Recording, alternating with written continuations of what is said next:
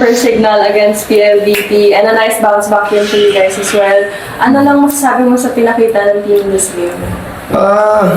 Sobrang happy and proud kasi yung sa, I think, 10 days, 9 days na recovery and preparation namin, laki nung naging impact and sobrang happy and yun nga, kasi grabe na yung naging effort nung team, yung mga players namin kasi the way sila maglaro kanina, alam namin yung sign na talagang eager na eager silang manalo. So, ayun. Thank you, Lord.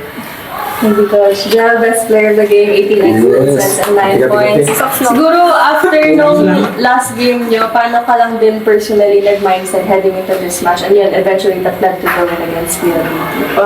Yung last na panalo namin, hindi lang namin talaga dinamdam masyado. Nag-move on kami kaagad. And din nga, thankful na rin kasi mahaba din yung preparation namin papunta sa game na to. So sobrang nakapaghanda talaga kami. And yun nga, thankful talaga kasi na lahat ng ginawa namin sa training na apply namin kanina. Erica, yun straight set win against PLDT and ang ganda din ang pinakita mo in this game. May points na halos ikaw sunod-sunod yung pumapalo. Ikaw ba ano lang ba yun nasa isip mo during that match na para matulungan din yung team na kumuha yung win? Siguro, ano lang, yung tumatak lang din sa akin yung game namin, last game namin. Kasi, ako, may pagka-competitive din ako. Ayoko na natatalo lang ng basta-basta. So, siguro, yun. Hindi pa siguro. Tinabaho ng bawat isa. Nag-bounce back talaga. Yung mindset maayos and yung preparation maayos naman din. Coach, yun nga gano'n lang yung kalaki sa inyo kasi syempre wala nang unbeaten team ngayon, wala nang outright series, kumbaga lahat. Same na nang dadaanan. Siyempre, malaking impact sa amin to, yung ito, and then may makakuha din kami ng advantage dahil siyempre ano kami sa magandang ranking. So, mahirap siyang i-maintain for sure, pero tatrabahuhin namin and magpe-prepare kami sa lahat ng games na nabibira namin. So, ayun lang. Focus lang talaga every game. For coach po and sa players din, yung PLDT po kumbaga, yung mga ibang teams, hirap din talaga talong dahil na sa lakas nila. Ngayon po, tsaka yung mga past conferences medyo, napapadalas din po na natatalo na naman sila. May iba po bang sipa ba yung team pagkaraban sila, lalo na this past year na nalalamangan na sila? Kayo muna. Sa akin, ano naman po? I mean, makasarap kasi makipaglaro sa mga matataas na players, like yung ranking nasa top. So, siguro, naging motivation lang for us para matuto and yun, gusto yung manalo. Like yung game kanina, pinasuhan talaga ng bawat isa mula sa coaches tsaka sa players. So, yun, maganda naman yung outcome. Ang bago.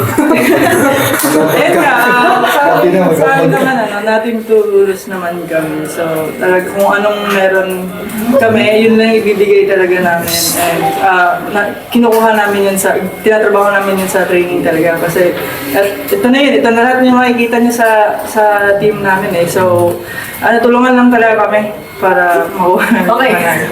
Okay, pre. Thank you, Sampag. Tulungan lang kami. So, ako siguro yung like sinabi nga nung dalawa, yung paano makipag-compete, especially sa champion team din. Siyempre, champion team yan. Knowing their players din, and then the coaching staff, yung respect din namin sa kanila. Kaya talagang kailangan mag-all out kami kasi gusto talaga naming manalo, pero alam namin talagang magiging mahirap. Alam naman namin kung, like yung sinabi mo agad, talagang pagka gusto talaga nilang maglaro ng todo-todo, talagang hindi ka makakaporma sa kanila. But I think yung malaking impact is yung preparation din talaga namin going to this game. And thank you Lord kasi hindi namin expect na magiging straight set siya. And duro ang laking rin sa amin, ang laking impact na alam mo yun, na may kaya din talaga yung team basta ginusto namin lahat nung na magiging game plan namin and duro yung pa-condition din talaga mahalagaan namin yun. So yun. Coach, sa limang yung laro this conference, tatlo doon including this one, walang service ace yung kalaban. Malaking emphasis ba yung sa team na kumbaga yung reception?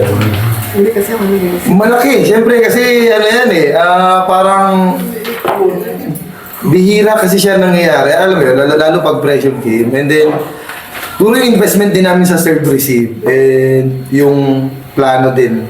Yun nga, yung game plan. Kung paano rin kami mag-serve. And yung receive, puro yung commitment din talaga nila. Especially yung kanina talagang the way ko sila pinapanood, nakafocus din. Even ako natadala ng adrenaline, kaya yung mga tumatalsik na bola talagang gusto ko rin siyang kunin. So, ayun, sobrang nakakatuwa talaga. Ayun. Coach, next game will be against Akari this Saturday. Galing din sila sa panalo. So, paano lang mo-motivate din kayo heading to that game? Wala muna. Pag-aaralan muna namin. But syempre, yun nga, bibigyan namin ng... Syempre ito, mga veterano din players yan. And may matindi rin silang coaching staff. So, I think, pag-aaralan namin silang mabuti dun sa 3 days na natitira namin. And mag-recover din ng maganda. So, ayun. So, yeah, kailangan magtuloy-tuloy lang din. And hopefully, matrabaho pa namin siya mabuti. So, yun. Thank you! Thank you, Coach. Eh!